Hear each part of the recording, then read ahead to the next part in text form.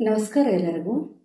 ಇವತ್ತು ನಾನು ಲಕ್ಷ್ಮಿಯನ್ನ ಒಲಿಸ್ಕೊಳ್ಳಿಕ್ಕೆ ಯಾವ ಉಪಾಯವನ್ನ ಮಾಡಬೇಕು ಮತ್ತು ಅದರಿಂದ ಯಾವ ರೀತಿ ಲಕ್ಷ್ಮಿಯನ್ನ ನಾವು ಒಲಿಸ್ಕೊಳ್ಬೋದು ಮತ್ತೆ ಮನಿ ಅಟ್ರಾಕ್ಷನ್ ಅನ್ನ ಮಾಡ್ಬೋದು ಅಂತ ತಿಳ್ಕೊಂಡ್ಬಿಟ್ಟು ಒಂದು ರೆಮಿಡಿನ ಕೊಡ್ತಾ ಇದ್ದೀನಿ. ಇದನ್ನ ನೀವು ಮಾಡ್ಕೊಂಡ್ರೆ ನಿಮಗೆ ಇದು ರಿಸಲ್ಟ್ ಬಂದೇ ಬರುತ್ತೆ. ಸಿಂಪಲ್ ಇರುವಂಥದ್ದು. ಹೆಂಗೆ ಒಲಿಸ್ಕೋಬೇಕಂದ್ರೆ ಕವಡೆಗಳಿಂದ. ಕವಡೆಗಳು ಗೊತ್ತು ನಿಮಗೆ. ಕವಡೆಯಲ್ಲಿ ಬೇರೆ ಬೇರೆ ಕವಡೆಗಳು ಬರುತ್ತೆ. ಒಂದು ಬಿಳಿ ಕವಡೆ ಬರುತ್ತೆ, ನೆಕ್ಸ್ಟ್ ಒಂದು ಹಳದಿ ಕವಡೆ ಬರುತ್ತೆ, ಮತ್ತೊಂದು ಬ್ರೌನ್ ಕಲರ್ದು ಬರುತ್ತೆ, ಅದೇ ರಾಜ ಕವಡೆ ಅಂತ ಹೇಳ್ತೀವಿ. ಈ ರೀತಿ ಬರುವಂಥದ್ದು ಈ ಹಳದಿ ಕವಡೆ ಏನು ಬರುತ್ತಲ್ಲ ಇವು 6 ಇರಬೇಕು. ಜೊತೆಗೆ ರಾಜ ಕವಡೆ ಅಂದ್ರೆ ಬ್ರೌನ್ ಶೇಪ್ದಲ್ಲಿ ಬರುವಂಥದ್ದು, ಬ್ರೌನ್ ಕಲರ್ದಲ್ಲಿ ಬರುವಂಥದ್ದು ರಾಜ ಕವಡೆ ಅಂತ ಬರುತ್ತೆ. ಇವು 6 ಇರಬೇಕು. ಇದನ್ನ ಏನ್ ಮಾಡ್ಬೇಕಂದ್ರೆ ಫಸ್ಟ್ಗೆ ಈ ರೀತಿ ಬರುವಂತ ಕವಡೆಗಳನ್ನ 6 ತಗೊಂಡ್ಬಿಟ್ಟು ಅದ್ರ ಜೊತೆಗೆ ಒಂದು ಗೋಮತಿ ಚಕ್ರ ಬೇಕಾಗತ್ತೆ. ಗೋಮತಿ ಚಕ್ರ ನಿಮ್ಗೆಲ್ಲರಿಗೂ ಗೊತ್ತಿರುವಂಥದ್ದು. ಈ ರೀತಿ ಬರುವಂಥದ್ದು ಗೋಮತಿ ಚಕ್ರ. ಇದಕ್ಕೆ ವಿಷ್ಣು ಲಕ್ಷ್ಮಿ ಚಕ್ರ ಅಂತ ಹೇಳ್ತೀವಿ. ಇದು ಒಂದು ಚಕ್ರ ಸಾಕು. ಜೊತೆಗೆ ಒಂದು ಬೆಳ್ಳಿ ನಾಣ್ಯ.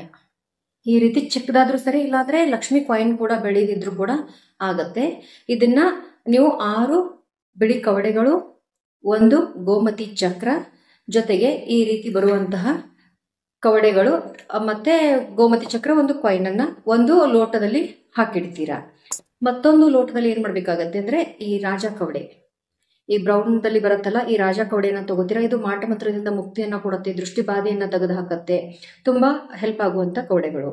ಇದ್ರ ಜೊತೆಗೆ ಒಂದು ಗೋಮತಿ ಚಕ್ರ ಮತ್ತೆ ಒಂದು ಬೆಳ್ಳಿ ನಾಣ್ಯವನ್ನ ಇಡಬೇಕು.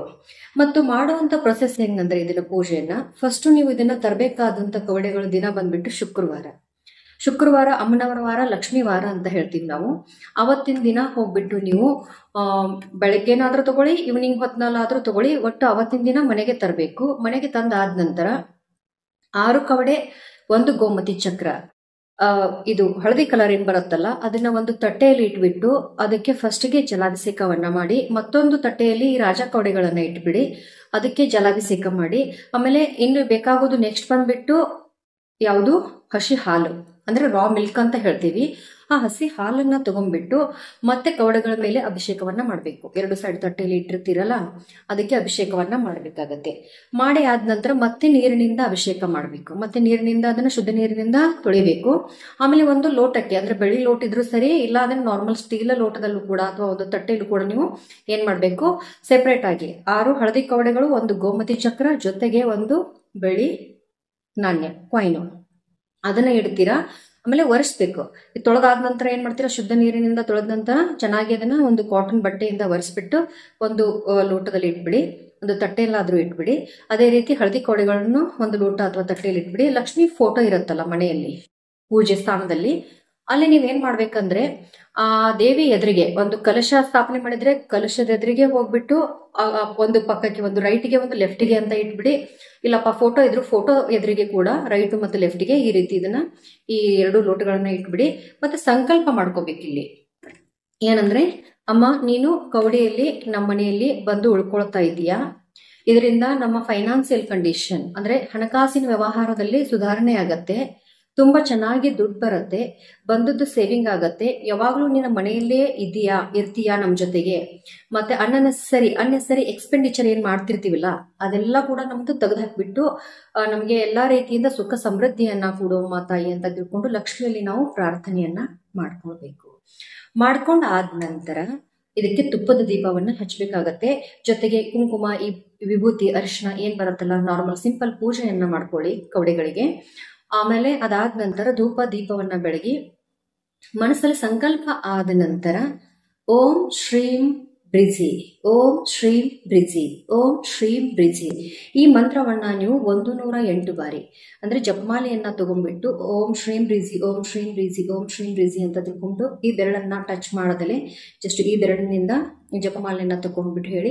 ಇಲ್ಲಾಂದ್ರೆ ಬೆರಳ ಎಣಿಕೆ ಮೇಲೆ ಕೂಡ ಕೌಂಟ್ ಮಾಡುತ್ತಾ ಇದ್ರೆ ಆ ರೀತಿ ಕೂಡ ಜಪವನ್ನ ಮಾಡಿಬಿಟ್ಟು 108 ಕಂಪ್ಲೀಟ್ ಆದ ನಂತರ ನಮಸ್ಕಾರ ಮಾಡಿ, ಹೂಗಳಿದ್ರೆ ಹಳದಿ ಅಥವಾ ಒಂದು ಬಿಳಿ ಹೂಗಳನ್ನ ಹಾಕಿ, ಅಥವಾ ಇಲ್ಲ ಇದು ಬಟನ್ ಫ್ಲವರ್ ಬರುತ್ತಲ್ಲ ಕೆಂಪು ಗುಲಾಬಿ ಹೂವು, ಅದನ್ನ ಕವಡೆಗಳ ಮೇಲೆ ಇಟ್ಬಿಟ್ಟು ನಮಸ್ಕಾರ ಮಾಡಿಕೊಂಡು ನಿಮ್ಮ ಆಸೆಗಳನ್ನ, ನಿಮ್ಮ ಇಚ್ಛೆಗಳನ್ನ ದೇವಿಗೆ ಹೇಳ್ಕೊಂಡ್ಬಿಟ್ಟು ಮಂತ್ರವನ್ನ ಜಪಿಸೋದ್ರಿಂದ ನಿಮಗೆ ದುಡ್ಡು ಬರ್ಲಿಕ್ಕೆ ಸ್ಟಾರ್ಟ್ ಆಗತ್ತೆ, ಬಂದದ್ದು ಕೂಡ ಚೆನ್ನಾಗಿ ಉಳಿಯತ್ತೆ. ಇದನ್ನ ಪ್ರತಿಯೊಬ್ರು ಮಾಡ್ಕೊಳ್ಳಿ, ಸಿಂಪಲ್ ಇರುವಂಥದ್ದು. ಬಟ್ ಈ ಕವಡೆಗಳಿಂದ ನಿಮಗೆ ಅಲ್ಟಿಮೇಟ್ ರಿಸಲ್ಟ್ ಸಿಗತ್ತೆ. ಜಸ್ಟ್ ಇದನ್ನ ಲಕ್ಷ್ಮಿಯನ್ನ ಈ ಕವಡೆಗಳ ಮುಖಾಂತರ, ಈ ಕವಡೆ ಅಂದ್ರೆ ಲಕ್ಷ್ಮಿಯನ್ನ ಮನೆಗೆ ತಗೊಂಡ್ಬಂದ್ಬಿಟ್ಟು ಎಲ್ಲಾ ರೀತಿಯಿಂದ ಬೆನಿಫಿಟ್ ಅನ್ನ ಪಡ್ಕೊಳ್ಳಿ. ಸಾಲ ಇದ್ರೂ ಕೂಡ ಸಾಲು ಕೂಡ ನಿವಾರಣೆ ಆಗತ್ತೆ. ಸಾಲಬಾಧೆಯಿಂದ ತುಂಬಾ ನರಳಾಡ್ತಿರ್ತೀರಾ, ದುಡ್ಡು ಅಲ್ಲೆಲ್ಲಿಗೆ ಸ್ಟಕ್ ಆಗಿ ಇರತ್ತೆ, ರಿಲೀಸ್ ಆಗ್ತಿರಲ್ಲ, ಯಾರಾದ್ರೂ ತಗೊಂಡಿರ್ತಾರೆ ವಾಪಸ್ ಕೊಡ್ತಾ ಇರಲ್ಲ, ಅಂಥವ್ರಿಗೂ ಕೂಡ ಈ ಕವಡೆಗಳಿಂದ ದುಡ್ಡನ್ನ ಎಳ್ಕೊಳ್ಳಿಕ್ಕೆ ಹೆಲ್ಪ್ ಆಗುವಂಥದ್ದು.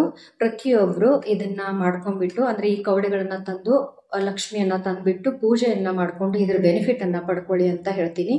ಇದನ್ನ ನೀವು ತರಬೇಕಾದದ್ದು ಶುಕ್ರವಾರನೇ ತಂದ್ಬಿಟ್ಟು ಪೂಜೆಯನ್ನ ಮಾಡಿ ಸಂಕಲ್ಪ ಮಾಡ್ಕೊಂಡು ಮಂತ್ರವನ್ನ ಹೇಳ್ಕೊಳ್ಳಿ.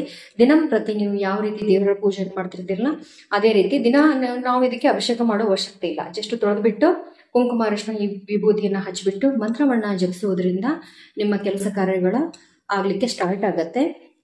ಮತ್ತೆ ನೀವು ಅದನ್ನ ಪ್ರತಿ ಶುಕ್ರವಾರ ಎನರ್ಜೈಸ್ ಮಾಡ್ಬೇಕಾದ್ರೆ ಹಸಿ ಹಾಲನ್ನ ಹಾಕಿ, ಇಲ್ಲಪ್ಪ ನಾವು ಪ್ರತಿ ಹುಣ್ಣಿಮೆಗೆ ಒಂದ್ಸಾರಿ ಮಾಡ್ಕೋತೀವಿ ಅಂದ್ರೂ ಕೂಡ ಹುಣ್ಣಿಮೆ ಕೂಡ ಮಾಡ್ಕೋಬಹುದು. ಇದನ್ನ ತಂದ್ಬಿಟ್ಟು ನಮ್ಮ ದೇವರ ಎದುರಿಗೆ ಇಡೋದ್ರಿಂದ ಇದರಿಂದ ನಿಮಗೆ ರಿಸಲ್ಟ್ ಬರುತ್ತೆ.